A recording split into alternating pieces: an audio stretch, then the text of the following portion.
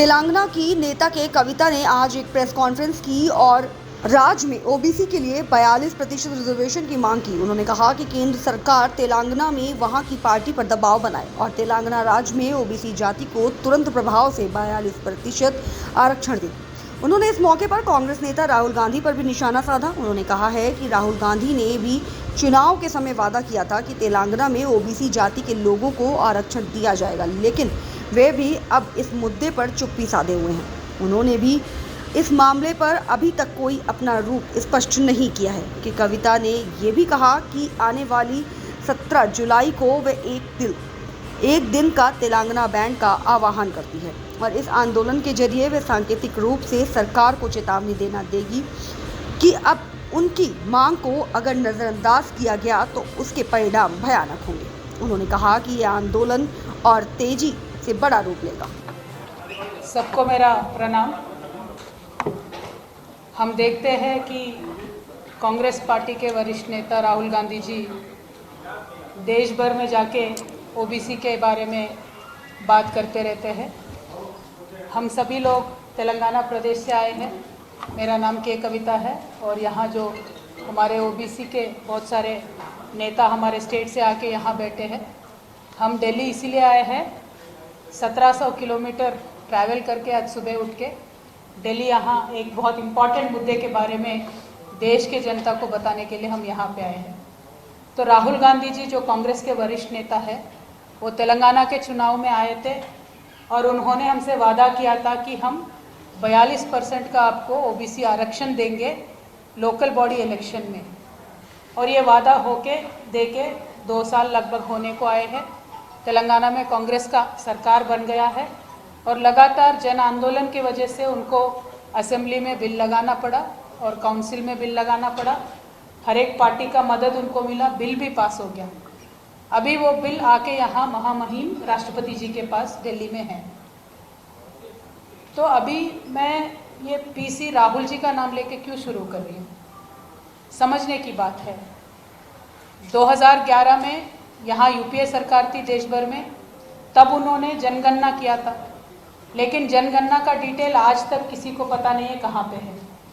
लेकिन जो 2014 में जब कांग्रेस की सरकार, यूपीए की सरकार हटती है, इमीडिएटली राहुल गांधी जी ओबीसी के ऊपर बहुत ज़्यादा प्यार दिखाते हुए देश भर में जाते हैं और कहते हैं हम ओबीसी के लिए ये करेंगे वो करेंगे, अलग अलग बातें करते हैं। चलिए मान लेंगे जब सत्ता में थे कर नहीं पाए, विपक्ष में है तो करने के सोच रहे हैं।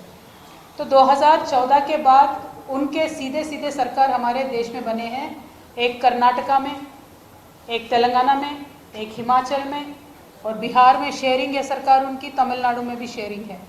तो कर्नाटका का 2015 में 2015 में वहाँ की सरकार कांग्रेस की भी वही बोला था कि हमने जनगणना किया है, लेकिन आज हम 2025 में है, 10 साल गुजर गए हैं, आज तक वहाँ का जनगणना का डिटेल किसी को पता नहीं। और अब बिहार की देख लीजिए, जनगणना किया है, जॉब देने का भी कोशिश किया है, लेकिन अभी डीफ्रीजर में चला गया ओबीसी का। अब हिमाचल में कांग्रेस सरकार है, सीधी सीधी ओबीसी की बात होती नहीं है वहाँ पे। अब तेलंगाना में कांग्रेस की सरकार है, हम सबकी मदद से बिल तो पास हो गया। और ये जो राहुल गांधी जी कॉन्स्टिट्यूशन लेके घूमते रहते हैं देश भर में, इसी के तहत आर्टिकल 243D है, आर्टिकल 243D, जो अगर राहुल गांधी जी चाहते हैं तो उनको मुख्यमंत्री जी को एक फ़ोन कॉल पे बता देंगे तो वहाँ एक गवर्नमेंट ऑर्डर निकल सकता है और लोकल बॉडीज़ में 42% का ओबीसी आरक्षण मिल सकता है। तो राहुल गांधी जी को ये मैं बेट देती हूँ और उनको रिक्वेस्ट करती हूँ कि 243D एक बार पढ़िए और आपके मुख्यमंत्री जी को तुरंत आदेश दीजिए कि एक गवर्नमेंट ऑर्डर आप निकालिए, क्योंकि परसों के दिन हमने पेपर्स में पढ़ा है कि परसों के दिन तेलंगाना कैबिनेट का मीटिंग है। तो राहुल जी से मेरा पहला डिमांड है कि आपने जो देश भर में पिछले 2011 से लेके आज तक जिस तरीके से देशवासियों को गुमराह कर रहे हैं, अब एटलीस्ट तेलंगाना से उसको एंड कीजिए, क्योंकि हमें अच्छा नहीं लग रहा है। हम तेलंगाना के लोग आंदोलन से निकल के आए हुए लोग हैं, हम तेलंगाना के लोग आंदोलन से प्रदेश बनाए हुए ऐसे लोग हैं, हम बहुत ज़िद्दी लोग हैं। आप आज देश भर में जाके बता रहे हो कि हमारा तेलंगाना का मॉडल है, साहब ये तेलंगाना का मॉडल नहीं है, जो कांग्रेस आज बता रही है वो कांग्रेस की करप्शन की मॉडल है, हमें इससे कोई लेना देना नहीं है। तेलंगाना का मॉडल ये होता है कि आप कुछ वादा करते हो तो उस पर हम निकर के आते हैं, उस पर हम उतर के आते हैं, वादा पूरा करते हैं। और जो कांग्रेस पार्टी आज तेलंगाना में राज कर रही है, लगातार 2 सालों से गुमराह कर रही है। खैर इलेक्शन प्रॉमिसेस के मैं बात ही नहीं करूंगी, सिर्फ आरक्षण की बात कर रही हूँ। तो राहुल जी से मेरा ये डिमांड है, आप तुरंत गवर्नमेंट ऑर्डर पास कीजिए, कैबिनेट है, आप आरक्षण दे दीजिए, आपसे हो सकता है ये। लेकिन कांग्रेस के साथ साथ बीजेपी भी पूरा दोषी है, क्योंकि कांग्रेस जो वहाँ बिल पास करती है वो यहाँ महामहिम श्रीमती द्रौपदी मुर्मू जी के पास है। और जाहिर है कि जब भी कोई बिल प्रेसिडेंट ऑफ इंडिया के पास आती है तो वो तो सरकार के पास जाएगी, तो सरकार के पास गया होगा। तो मेरी विनम्र विनंती है प्रधानमंत्री जी से, जो स्वयं आप ओबीसी कम्युनिटी से हैं, आप हमेशा कहते हैं कि मैं खुद ओबीसी हूँ, तो आज आपको ओबीसीयों का अधिकारों को सुरक्षित रखने का एक मौका मिला है। तेलंगाना प्रदेश से बिल पारित होके महामहिम राष्ट्रपति जी के पास आया है, तो मैं प्रधानमंत्री जी से रिक्वेस्ट करती हूँ कि आप तुरंत वो बिल वापस पास करके भेज दीजिए। उसके साथ साथ जैसे तमिलनाडु का मॉडल है, 69% का जो तमिलनाडु का आरक्षण शेड्यूल 9 में रख के जो आप प्रोटेक्ट करते हो, तेलंगाना को भी वो दर्जा दीजिए। तेलंगाना में 2.5 करोड़ ओबीसी है, आज वो 2.5 करोड़ ओबीसी प्रधानमंत्री जी के तरफ देख रहे हैं, राष्ट्रपति जी के तरफ देख रहे हैं, वो सोच रहे हैं कि ये हमारे अधिकार बचाएंगे। तो बीजेपी पिछले इलेक्शन में तेलंगाना में बीजेपी ने प्रॉमिस किया था कि तेलंगाना में ओबीसी सीएम बनाएंगे। सीएम तो दूर की बात है, आज आपके पास मौका है कि पंचायत में आप 42% आरक्षण दे सकते हो। आज आप देख के आरक्षण दे के दिखाइए, तब आपको तेलंगाना जनता विश्वास करेगी। आगे चल के पता चलेगा कि आप कुछ तेलंगाना के बारे में, तेलंगाना के ओबीसी के बारे में सोच रहे हो। हम इतना दूर क्यों आए, 1700 किलोमीटर पार करके?